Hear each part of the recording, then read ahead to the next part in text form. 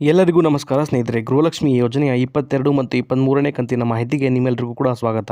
ಇವತ್ತು ನಮ್ಮ ರಾಜ್ಯ ಸರ್ಕಾರದ ಕಡೆಯಿಂದ 22 ಮತ್ತು 23ನೇ ಕಂತಿನ ಗೃಹಲಕ್ಷ್ಮಿ ಯೋಜನೆಯ ಹಣಕ್ಕೆ ಭರ್ಜರಿ ಗುಡ್ ನ್ಯೂಸ್ ಬಂದಿರುವಂತದ್ದು ಸ್ನೇಹಿತರೆ. 22 ಮತ್ತು 23ನೇ ಕಂತಿನ ಹಣ ಜಮಾ ಆಗೋಕೆ ಕ್ಷಣಗಳನ್ನೇ ಶುರುವಾಗಿದೆ ಅಂತಾನೆ ಹೇಳ್ಬೋದು. ಇದರ ಬಗ್ಗೆ ಕಂಪ್ಲೀಟ್ ಮಾಹಿತಿ ಈ ಒಂದು ವಿಡಿಯೋದಲ್ಲಿ ಇರುತ್ತೆ ಸ್ನೇಹಿತರೆ. ವಿಡಿಯೋನ ತಪ್ಪದೆ ಸಂಪೂರ್ಣವಾಗಿ ಲಾಸ್ಟ್ ತನಕ ನೋಡಿ ಸ್ನೇಹಿತರೆ. ಎಲ್ಲ ಗೃಹಲಕ್ಷ್ಮಿ ಯೋಜನೆಯ ಮಹಿಳಾ ಫಲಾನುಭವಿಗಳಿಗೆ ಭರ್ಜರಿ ಅಂದರೆ ಭರ್ಜರಿ ಗುಡ್ ನ್ಯೂಸ್ ಇದೆ ಅಂತಾನೆ ಹೇಳ್ಬೋದು. ಹೌದು ಸ್ನೇಹಿತರೆ, ಈ ಒಂದು ವಿಡಿಯೋದಲ್ಲಿ 22 ಮತ್ತು 23ನೇ ಕಂತಿನ ಗೃಹಲಕ್ಷ್ಮಿ ಯೋಜನೆಯ 4,000 ರೂಪಾಯಿ ಹಣ ಏನಿದೆ ಅದು ಮೊದಲನೇದಾಗಿ ಯಾವೆಲ್ಲ ಜಿಲ್ಲೆಗಳಿಗೆ ಜಮಾ ಆಗುತ್ತೆ ಅನ್ನೋದು ನಾನು ತಿಳಿಸ್ಕೊಡ್ತೀನಿ ಸ್ನೇಹಿತರೆ. ಹಾಗೆಯೇ 22 ಮತ್ತು 23ನೇ ಕಂತಿನ ಹಣದ ಬಗ್ಗೆ ಮುಖ್ಯವಾದ ಮಾಹಿತಿಯನ್ನು ಕೂಡ ತಿಳಿಸ್ಕೊಡ್ತೀನಿ. ವಿಡಿಯೋನ ಎಲ್ಲೂ ಕೂಡ ಸ್ಕಿಪ್ ಮಾಡಿಬಿಡಿ, ಸಂಪೂರ್ಣವಾಗಿ ವಿಡಿಯೋನ ನೋಡಿ. ಅದಕ್ಕೂ ಮುಂಚೆ ನೀವೇನಾದರೂ ನಮ್ಮ ಕನ್ನಡ ನ್ಯೂಸ್ ಒನ್ ಚಾನಲ್ಗೆ ಮೊದಲನೇ ಸಲ ಭೇಟಿ ಕೊಟ್ಟಿದ್ರೆ ದಯವಿಟ್ಟು ಸಬ್ಸ್ಕ್ರೈಬ್ ಮಾಡ್ಕೊಳ್ಳಿ ಸ್ನೇಹಿತರೆ. ಇದೇ ರೀತಿ ಎಲ್ಲ ಗೃಹಲಕ್ಷ್ಮಿ ಯೋಜನೆಯ ಮಾಹಿತಿಗಳನ್ನ ನಿಮಗೆ ಪ್ರತಿದಿನ ಕೊಡ್ತಾ ಹೋಗ್ತೀನಿ. ಹಾಗೆಯೇ ಈ ಒಂದು ವಿಡಿಯೋಗೆ ಲೈಕ್ ಕೊಡೋ ಮೂಲಕ ಸಪೋರ್ಟ್ ಕೂಡ ಮಾಡಿ ಸ್ನೇಹಿತರೆ. ಬನ್ನಿ ಹಾಗಾದರೆ ಅಪ್ಡೇಟ್ ಕಡೆ ಹೋಗೋಣ. ಸ್ನೇಹಿತರೆ, 22 ಮತ್ತು 23ನೇ ಕಂತಿನ ಗೃಹಲಕ್ಷ್ಮಿ ಯೋಜನೆಯ ಹಣದ ಬಗ್ಗೆ ನಮ್ಮ ಕರ್ನಾಟಕ ರಾಜ್ಯ ಸರ್ಕಾರದ ಕಡೆಯಿಂದ ಒಂದು ಗುಡ್ ನ್ಯೂಸ್ ಕೊಟ್ಟಿದ್ದಾರೆ ಅಂತಲೇ ಹೇಳ್ಬೋದು ಸ್ನೇಹಿತರೆ.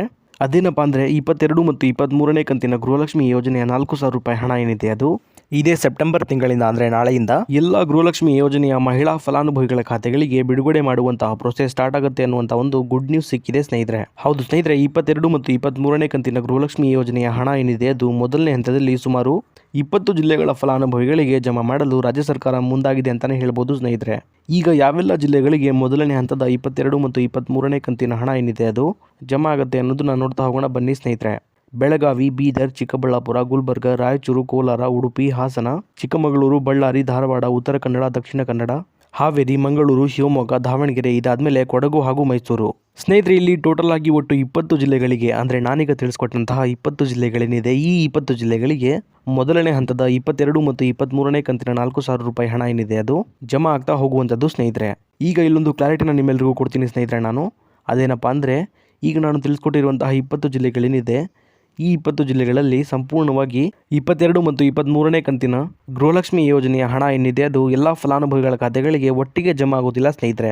ಇದರ ಬದಲಾಗಿ ಹಂತ ಹಂತವಾಗಿ ಇದೇ ಸೆಪ್ಟೆಂಬರ್ ತಿಂಗಳ ಕೊನೆ ವಾರ ಮುಗಿಯೋದ್ರೊಳಗೆ ಎಲ್ಲ ಫಲಾನುಭವಿಗಳಿಗೆ ಸಂಪೂರ್ಣವಾಗಿ ಜಮಾ ಆಗುತ್ತೆ ಸ್ನೇಹಿತರೆ.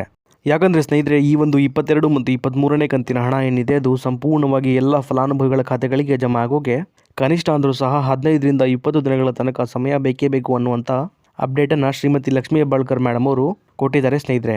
ಹಾಗಾಗಿ ಒಂದು ದಿನಕ್ಕೆ ಇಷ್ಟು ಫಲಾನುಭವಿಗಳಿಗೆ ಅನ್ನುವಂಥ ರೀತಿಯಲ್ಲಿ ಈ ಒಂದು 22 ಮತ್ತು 23ನೇ ಕಂತಿನ ಹಣ ಏನಿದೆ ಅದು ಜಮಾ ಆಗ್ತಾ ಹೋಗುವಂಥದ್ದು ಸ್ನೇಹಿತರೆ.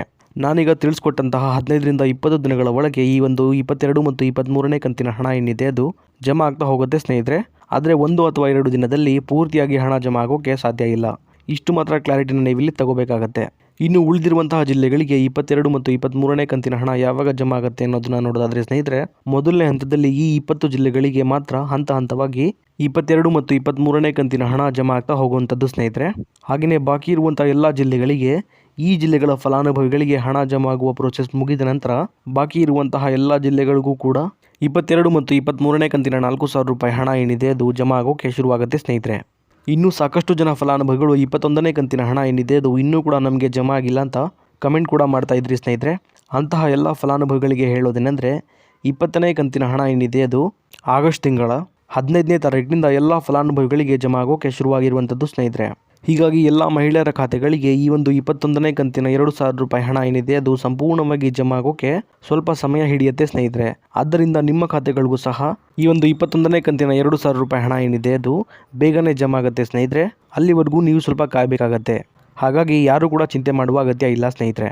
ನಾನೀಗ ತಿಳಿಸ್ಕೊಟ್ಟಂತಹ ಇದಿಷ್ಟು ಕೂಡ ಇವತ್ತಿನ ಮಾಹಿತಿಯಾಗಿತ್ತು ಸ್ನೇಹಿತರೆ. ಇದೇ ರೀತಿ ಗೃಹಲಕ್ಷ್ಮಿ ಯೋಜನೆಯ ಎಲ್ಲ ಹೊಸ ಅಪ್ಡೇಟ್ಗಳಿಗಾಗಿ ನಮ್ಮ ಕನ್ನಡ ನ್ಯೂಸ್ ಒನ್ ಚಾನಲ್ನ ದಯವಿಟ್ಟು ಸಬ್ಸ್ಕ್ರೈಬ್ ಮಾಡ್ಕೊಳ್ಳಿ ಸ್ನೇಹಿತರೆ. ಹಾಗೆಯೇ ಈ ಒಂದು ವಿಡಿಯೋಗೆ ಲೈಕ್ ಕೊಡೋ ಮೂಲಕ ಸಪೋರ್ಟ್ ಕೂಡ ಮಾಡಿ. ಮತ್ತೆ ಮುಂದಿನ ವಿಡಿಯೋದಲ್ಲಿ ಸಿಗೋಣ. ಅಲ್ಲಿವರೆಗೂ ಧನ್ಯವಾದ.